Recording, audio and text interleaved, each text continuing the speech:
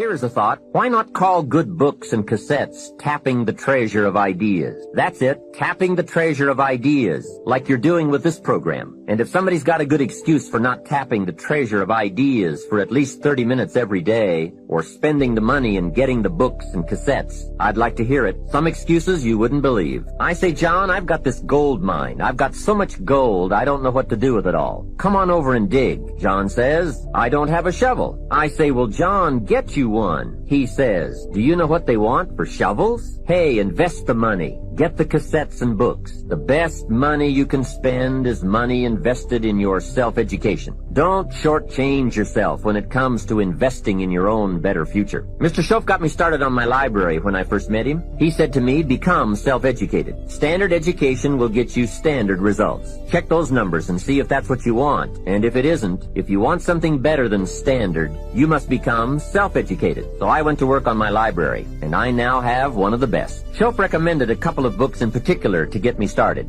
Now, I had a Bible, that's 66 books, so that was a pretty good start, and my parents saw to it that I had a good study of the Bible. But the first book Mr. Schoaf told me to get was the book Think and Grow Rich by Napoleon Hill. If you don't already have it, it's a great one to add to your library. Earl Nightingale has put it on cassette. The title should intrigue you, Think and Grow Rich. I read it several dozen times. Schoaf said repetition is the mother of skill, and if you could have seen my bank account at the time, you would have known I needed lots of that kind of repetition. Some of the ideas in that book made major changes in my life. As I look back now, the book was worth thousands, and I bought it for pennies. I learned a very valuable lesson. There can be a great deal of difference between cost and value. Before I met Mr. Schoaf, I used to ask, how much does it cost? After I met him, however, I soon learned to ask, how much is it worth? I started basing my life on worth instead of cost, and everything changed. So that was one book he recommended, Think and Grow Rich. The next book he recommended I get was a book on nutrition. Schoaf said, study nutrition. Vitality plays an important part in doing well. Some people don't do well because they don't feel well. It's not that they're not intelligent, it's that they're ill. They don't have the fire and the vitality to do well. If you're a leader in this room, how many consider yourself a leader in what you do for a living? Let me see your hands. I figured almost everybody. So if you're a leader, that doesn't mean other people follow you, by the way. It just means you live life on your terms. You don't settle for less than you can do or be or share or give. So that's your mindset. Then you got to say, okay, if I'm really going to be a leader in my life, then I need to own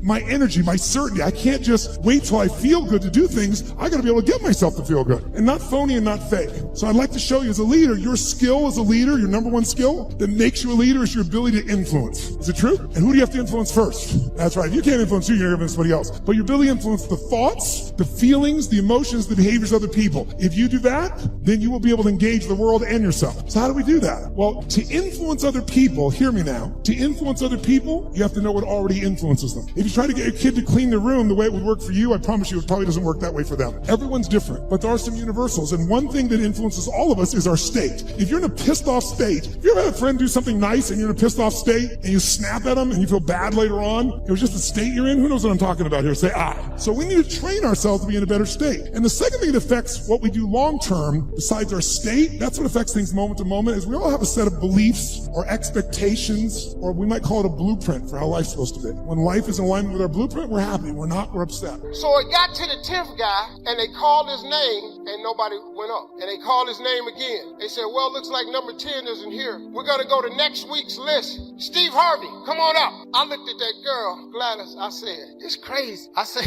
there's somebody in here got the same name I got. She said, you really can't be this stupid. She said, boy, that's you. And the audience clapped again, all white audience. I run up on stage, I ain't got nothing. First thing I say to the audience is, hey, I appreciate y'all clapping, but I ain't supposed to be here. I'm on next week's show. They white, they laughed. So I said, no, really, I ain't got nothing for y'all. So the girl Gladys yelled out, tell them about when you was boxing. So on the way down, I had told her this story about boxing. So I did the boxing joke. These people was in the flow laughing. So then, I ain't had nothing else. So I had wrote some jokes for my buddy A.J. Jamal that I hadn't sold to him yet. So I said, well, hell, let me try these. So I did them jokes. They died laughing. They brought me off stage. They brought all 10 of us up on stage. They had a clap off. That night, I won the clap off. I won amateur night, October 8th, 1985. They paid me $50. I get in the car. I'm 40 minutes from my house. Gladys is driving me home. I'm crying the entire time. I can't stop crying. She said, "What you crying for? It's just $50. I said, "No, you don't understand. This ain't $50. I've been born to it. This ain't $50. This God answering a prayer of mine that I've been praying for 20 years. This ain't $50. This is what I'm going to do the rest of my life." I went to work the next day, October 8th, 1985, and quit my job. I have done nothing since October 8th, 1985, except one thing. I've been telling these here jokes. That's all I've ever done. That gift that God gave me. You know, the Bible says your gift will make room for you. It'll make room for you. See, if you're not doing your gift, you're wasting your time. Maybe when you wake up in the morning, see, but sales is a gift. That dude that keep winning team member of the year from the comfortable background. I had the privilege several years ago, I was invited by these businessmen in South Africa to come over. Yeah. Everybody here from South Africa? I love it. I love it. Cape Town and Sydney are two of my favorite cities in all the world. But I was over there ministering for a bunch of Christian businessmen who had come into an abundance of wealth, and they wanted to submit all that they had into the hands of God, and they invited me over to talk to them both about business and about faith, and just a small group. Wasn't a big crowd of people, but it was an amazing time. And one of the benefits that they gave me for being over there is one of them had such influence. He said, "When you get through working, we're going to take you on a safari." And being a hillbilly from the sticks of West Virginia, I thought that was pretty cool. And I got real excited. I had my son with me and I had my wife with me, and I'd never been on a safari before, so I went out and bought me some safari clothes.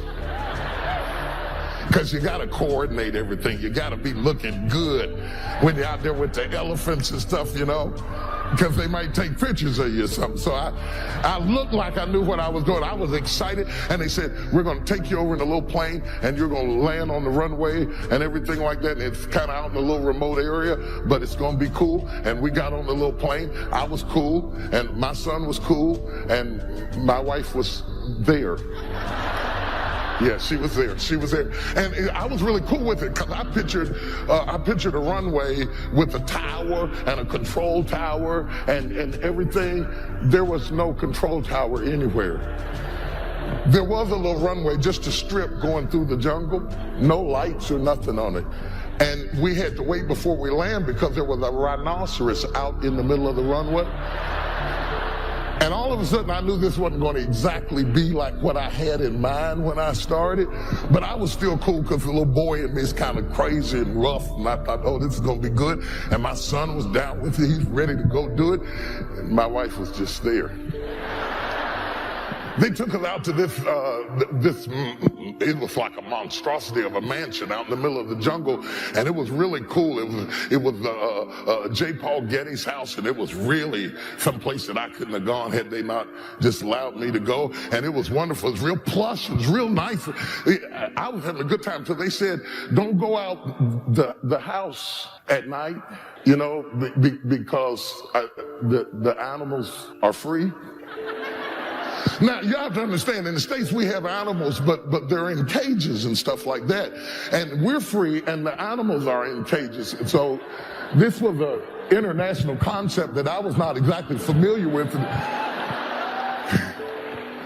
I decided I was going to go anyway. So my son and I, we put on our outfits, and we got up early that morning, and we said, we're going out on the safari. And they brought this big old Jeep up, and we got on the Jeep, and I said, are you ready, Dad? He said, yeah, Dad, I'm ready. We jumped on the Jeep.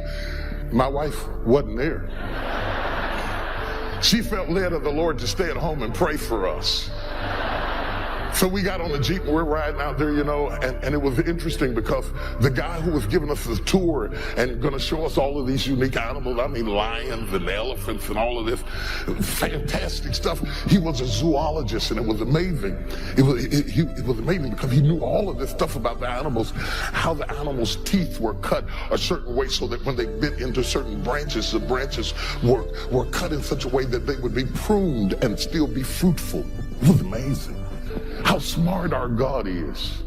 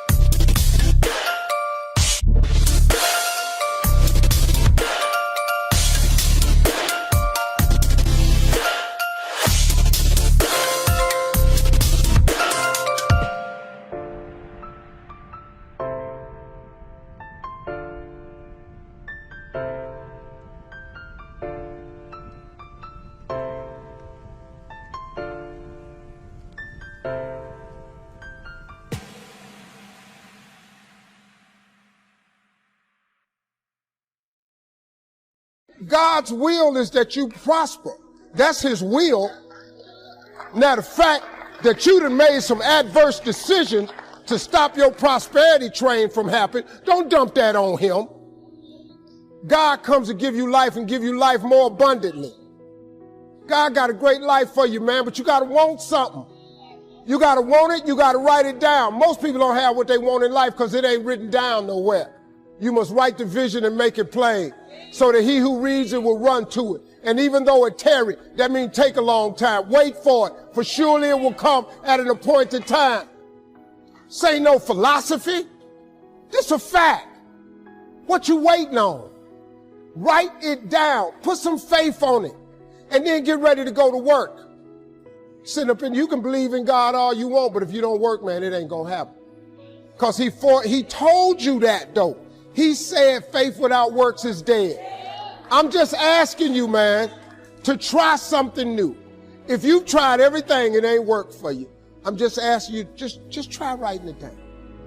Just try writing it down. After you write it down, I want you to put some faith on it. When you put some faith on it, I want you to work for it. I want you to believe in your heart that you will have it. Now, you might not want this life. You might not want what it takes to get here. But if you want this life, you got to put in your work. You got to put it in. You got to stay prayerful. You got to never give up. You got to talk to God every day. Now, if that ain't what you want to do, then good luck. You keep doing what you've been doing, you're going to keep getting what you've been getting. I would try something else if I was y'all. I don't know what that dream is that you have. I don't care how far-fetched it might appear to be. I don't care how disappointing it might have been as you've been working toward that dream. But here's what I know, that dream that you're holding in your mind, that it's possible, that in the process of working on your dreams, you are going to incur a lot of disappointment, a lot of failure, a lot of pain, a lot of setbacks, a lot of defeats. But in the process of doing that, you will discover some things about yourself that you don't know right now. What you will realize is that you have greatness within you. What you'll realize is that you're more powerful than you can ever begin to imagine. What you will realize is that you're greater than your circumstances, that you don't have to go through life being a victim. Someone's opinion of you does not have to become your reality. Disciplines work miracles. And here's the first piece that works miracles. Number one, do what you can. Do not let neglect grab you by the throat. Don't let neglect stall you on your path toward prosperity and health, being able to become powerful, influential, rich beyond wildest imagination. Don't neglect what you can do. If you can read, read. If you can change, change. If you can grow, grow. If you can take one step, take one step. Do not neglect to do whatever you can do at the moment. Of course, you can't run a multi-billion-dollar business today. Mark couldn't either 10 years ago. Mark couldn't either 5 years ago. But I'm telling you, today he can do it because step by step, year by year, he took on what he could do. He didn't neglect it. He did the meetings he could do. He made the calls he could make. He read the books he could read. He took the classes he could take.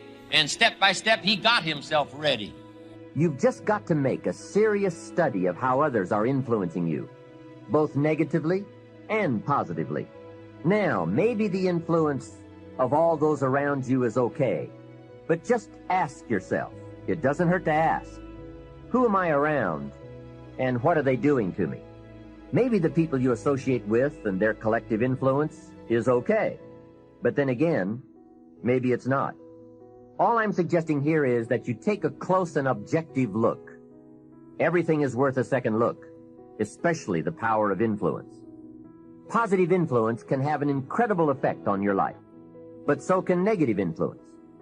Both will take you somewhere, but only one will take you in the direction you truly wish to go. It's so easy just to dismiss the things that influence our lives. The man says, I live here, but I don't think it matters. I'm around these people, but I don't think it hurts. I would take another look at that. I've got a good phrase for you. Everything matters. Now sure, some things matter more than others, but everything matters. Everything weighs something. So you've got to keep checking to find out whether associations are tipping the scales toward the positive or toward the negative. It doesn't hurt to look, right? Ignorance is never the best policy.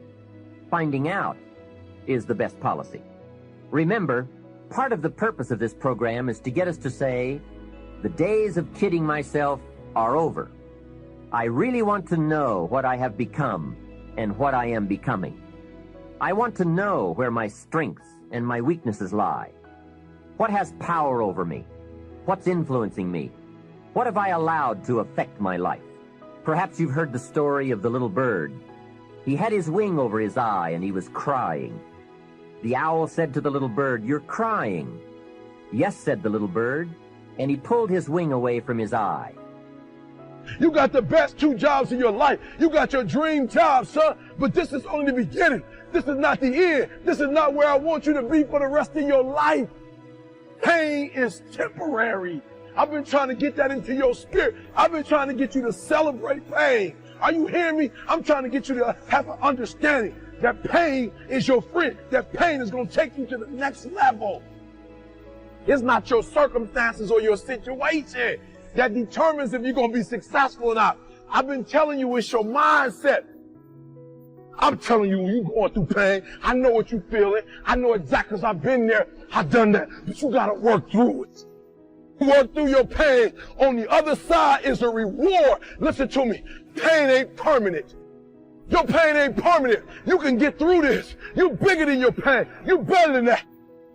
I use the pain to push me to greatness. And I'm telling you right now, don't give up. I'm telling you right now, don't give in. Get through it. And if you can get through it, if you can work through your pain, I'm guaranteeing you on the other side is a reward. I gotta commit my very being to this thing. I gotta breathe it. I gotta eat it. I gotta sleep it. And until you get there, you'll never be successful in life. But once you get there, I guarantee you, the world is yours. I want you to make yourself one single promise. That you will never go back on your own promise to yourself ever again. And then you can go ahead and watch your life become what you actually want it to be.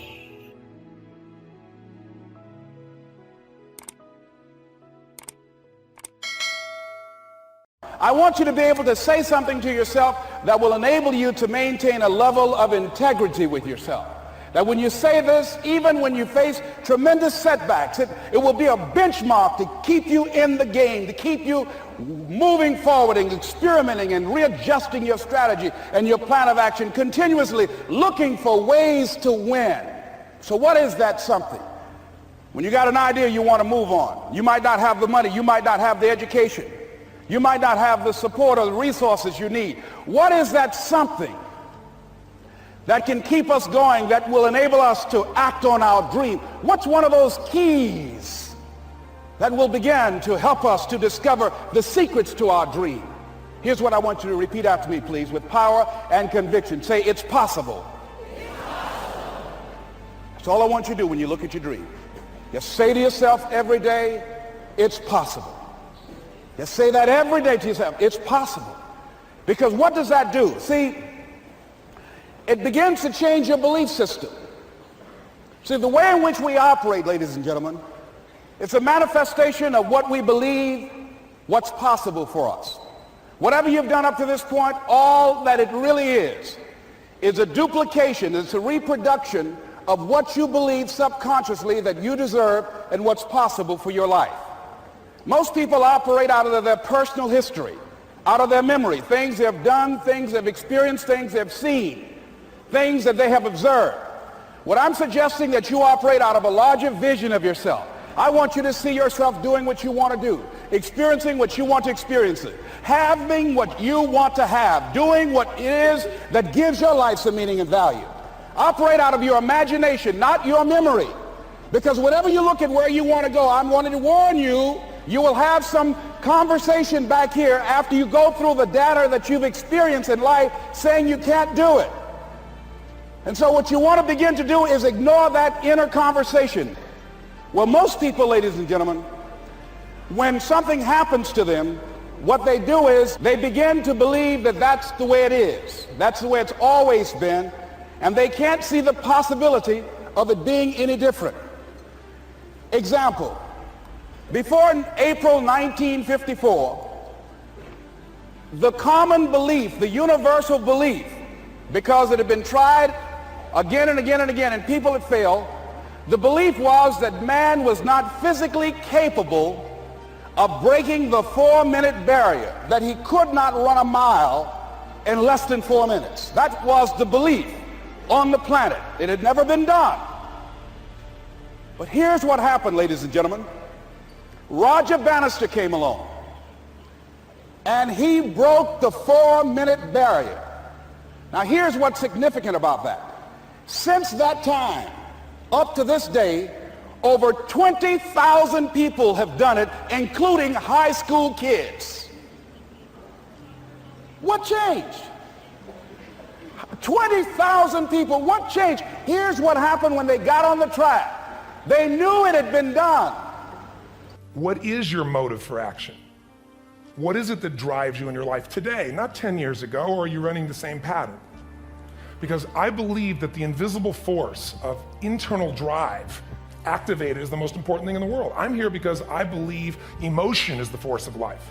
All of us here have great minds. You know, most of us here have great minds, right? I don't know if I'm in the category, but we all know how to think. And with our minds, we can rationalize anything. We can make anything happen. We can, I agree with what was described a few days ago about this idea that people work in their self-interest. But we all know that you don't work in your self-interest all the time. Because when emotion comes into it, the wiring changes in the way it functions. And so it's wonderful for us to think intellectually about how the life of the world is, and especially those who are very smart. We can play this game in our head, but I really want to know what's driving you. And what I'd like to maybe invite you to do by the end of this talk is explore where you are today for 2 reasons. 1, so that you can contribute more. And 2, so that hopefully we can not just understand other people more, but maybe appreciate them more and create the kinds of connections that can stop some of the challenges that we face in our society today. They're only going to get magnified by the very technology that's connecting us, because it's making us intersect. And that intersection doesn't always create the view of everybody now understands everybody and everybody appreciates everybody. So I've had an obsession basically for 30 years. And that obsession has been what makes the difference in the quality of people's lives? What makes a difference in their performance? Because that's what I got hired to do. I got to produce the result now. That's what I've done for 30 years. I get the phone call when the athlete is burning down on national television and they were ahead by 5 strokes and now they can't get back on the course. And I got to do something right now to get the result or nothing matters. I get the phone call when the child is going to commit suicide and I got to do something right now. And in 29 years, I'm very grateful to tell you I've never lost one in 29 years. It doesn't mean I won't someday, but I haven't done it. And the reason is an understanding of these human needs that I want to talk to you about. So when I get those calls about performance, that's one thing, like how do you make a change? But also I'm looking to see what is it that's shaping that person's ability to contribute, to do something beyond themselves. So maybe the real question is, you know, I look at life and say there's 2 master lessons. One is there's the science of achievement, which almost everyone in this room has mastered to an amazing extent. That's how do you take the invisible and make it visible, right? How do you take what you dream about and make it happen, whether it be your business, your contribution to society, money, whatever it is for you, your body, your family. But the other lesson of life that is rarely mastered is the art of fulfillment. Because science is easy, right? We know the rules, you write the code, you follow those, and you get the result. Once you know the game, you just, you up the ante, don't you? But when it comes to fulfillment, that's an art. And the reason is it's about appreciation and it's about contribution. You can only feel so much by yourself. So I've had an interesting laboratory to try to answer the question of the real question, which is what's the difference in somebody's life if you look at somebody like those people that you've given everything to, like all the resources they say they need. You gave them not a $100 computer, you gave them the best computer. You gave them love, you gave them joy, you were there to comfort them. And those people very often, and you know some of them I'm sure, end up the rest of their life with all this love, education, money, and background, spending their life going in and out of rehab. Right? Some people do better because they have more time. I used to say, Harold ought to be able to do well. He's got a lot of time. If I had all of Harold's time, I could do well. Now that's got to be dumb, right? Number one, you can't get somebody else's time. A guy says to me one time, he says, you know, if I had some extra time, I could make some extra money. I said, then forget it. There isn't any extra time. Hey, when the clock strikes 12 midnight, that about wraps it up, right? I mean, you can look around the gongs there for a little more, but it's over. You say to the guy, what are you doing? He says, I'm looking for extra time. See, they'll come and take you away, right? There isn't any more time. Now, if you can't get more time, which you can't, what could you get more of that would make a difference in economic results? And here's the key word. Make it a part of your notes. We're going to consider it tonight. The word is value. And I have a little phrase for your notes. Value makes the difference in results. Value makes the difference. You can't get more time, but you can create more value. Now, here's the first lesson of economics. Everybody should learn it from the time they're old enough to understand what a dollar means, how to earn one, how to get one, how to keep one, what to do with it. First lesson of economics. We primarily get paid for value. That's lesson one. Bringing value to the marketplace, that's how you get paid. You don't get paid for the time. I know it takes time to bring value to the marketplace, but you get paid for the value, not the time. Now, since that's true, here's one of the key questions of the evening. Is it possible to become twice as valuable at the marketplace and make twice as much money in the same time? Could you become 3 times as valuable? Make 3 times as much money in the same time? Is that possible? The answer is yes, if. And it's always if, right? Life is known as the big if. Harry Truman once said, life is iffy. How true. And here's the big if we're going to consider it tonight. It's possible to do much better at the marketplace if you go to work primarily on yourself. And that's the theme of our seminar tonight. Learning to work primarily on yourself. People have asked me for the last 24 years, how do you develop an above average income? And the answer is, become an above average person. Develop an above average handshake. Some people want to be successful, they don't even work on their handshake. As easy as that would be to start on. They let it slide, they don't understand. Now guess what? The reason I don't know how to make $3 billion, and the reason I ain't got to worry about the how, because the how-to is none of my business. See, the problem that people do is you get in God's way. See, you tell God what you want, then you mess up and tell him how you want him to do it. The problem is you can't tell God how to bless you. All you got to do is write down what you want. God will give you everything you write down. I'm telling you, it used to be a lot of stuff on here I had to take off. You don't see no cars on here because they all in the garage. I'm telling you, everything I have ever put on this board eventually comes true because the scripture says this, write the vision and make it plain so that he who reads it, that's me reading it, will run to it. And even though it tarry means take a long time.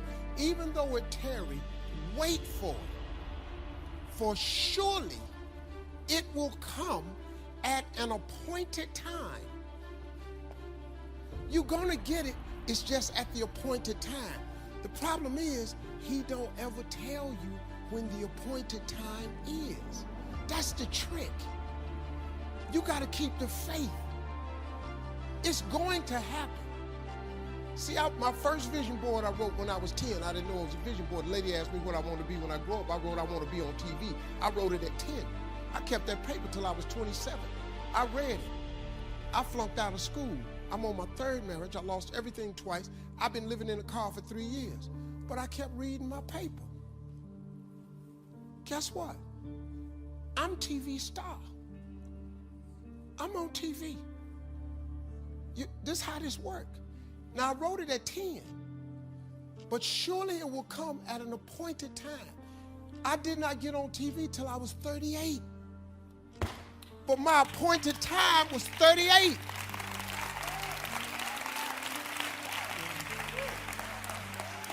Boy, let me tell y'all something. Y'all better hear me now. I'm telling you this how this works. Success ain't a magic trick. It's a set of principles. Don't matter about your education. People in here way smarter than me. People in here got way more degrees than me. Education ain't in the Bible. The Bible says a man without a dream or vision shall perish. So guess what? You can't out-vision me.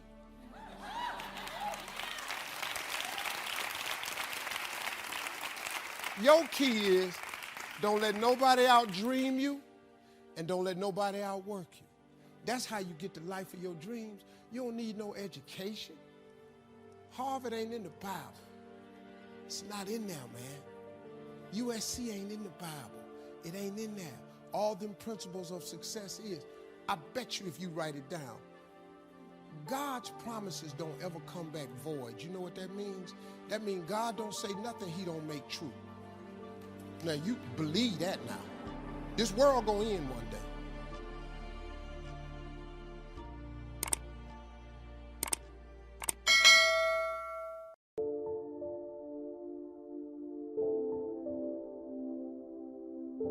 Sometimes you can figure it out, sometimes there's no way to figure it out. Sometimes it goes well, sometimes it gets in a knot. Sometimes it sails along, sometimes it gets in reverse. See, that's not going to change. The last 6,000 years reads like this: opportunity mixed with difficulty. That's how it reads. It isn't going to change. The man says, well, then how will my life change? And the answer is, when you change. Whether I'm talking to high school kids or business executives, my message is always the same. Have you ever noticed that some people don't do well because they major in minor things? Whatever you do, check at the end of the week, the end of the year, and make sure you're not spending major time on minor things. Otherwise, you will wind up with a below-average life. Now, before I get to the 4 major lessons, here are 2 phrases to consider. First, life and business are like the changing seasons. That's one of the best ways to illustrate life. It's like the seasons that change.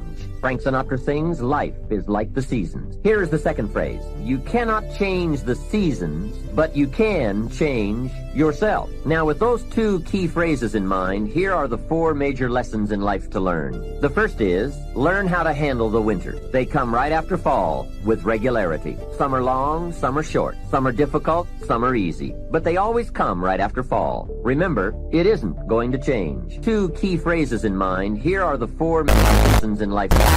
The first is, learn how to handle the winters. They come right after fall. Regularity. Some are long, short. Some are easy. But they always come right after fall. It isn't change. Key phrases in mind, here are the 4 lessons in life. The first is, learn how to handle the winters. They come right after fall. Regularity. Some are long, short. Some are but they always come right after fall. It isn't change.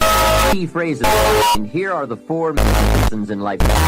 The first is, learn how to handle the winter. Come right after regularity. Some are long, short. Some are, but they all right after fall. It isn't change. Key phrases, and here are the learn how to handle the winter. Come right after short. Summer, but they all right after fall. Key phrases, and here are the handle the winter. Come right after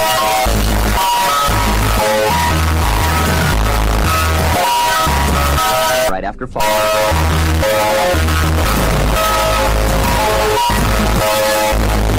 Years that we know of, that's pretty reliable. And what a great place for spring right after winter. If you were going to put it somewhere, that would be the place to put it. God is a genius. Hey, days follow nights. Isn't that terrific? Opportunity follows difficulty. Expansion follows recession. And all with regularity. You can count on it. Everybody has fear. Everybody has fear. But you don't let your fear have you. Tonight, if you're going to do what God has called you to do, you have got to reverse the process. Stop exposing your fear. Bury your fear up under the blood of the cross and the word of Jesus Christ, and lift up your talent and say, this is the day that the Lord has made. And when you switch that process, demons tremble and hell gets nervous. Curses are broken and yokes are destroyed. People are set free and your life is built over again. Do you have the courage? Somebody shout, yes! When God gives you an opportunity, you need to work your magic on it and turn it into something. Brother 5 turned it into 10. Brother 2 turned it into 4. And Brother 1, well, he kind of messed up my story a little bit because he kind of just, what had happened was he never turned his opportunity into anything because of his fear. And the Lord sent me to ask you a question. What are you going to do with what he has given you? What are you going to do with the life he has given you, and the talent he has given you, and the time he has given you, and the influence he has given you, and the gifts he has given you, and the resources he has given you, and the creativity he has given you? What are you going to do with it? What are you going to do with it? There's somebody in the hospital wishing they could be where you are right now. There's somebody on a breathing machine wishing they could be where you are right now. But look at you. I know you got some problems, and I know you got some issues, but you combed your own hair. You got up out of the bed. You brushed your own teeth. You dressed yourself. What are you going to do with what God has given you? Anyway, the story goes on. The master took a journey, went into a far country, and he came back. When he came back, walked up to brother number 5. Brother number 5 said, hey, I've been waiting on you to get back. Got something to show you. Remember when you gave me 5? Shazam! I'm bad. He did that little Michael Jackson thing. 10.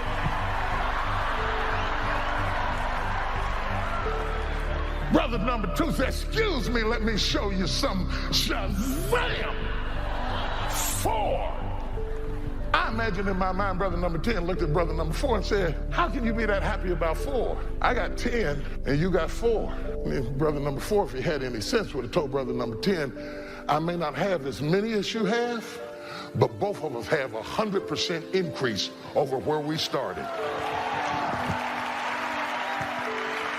What I want you to see out of that is that God does not expect you to work with what he has not given you. God is not holding you to somebody else's standard.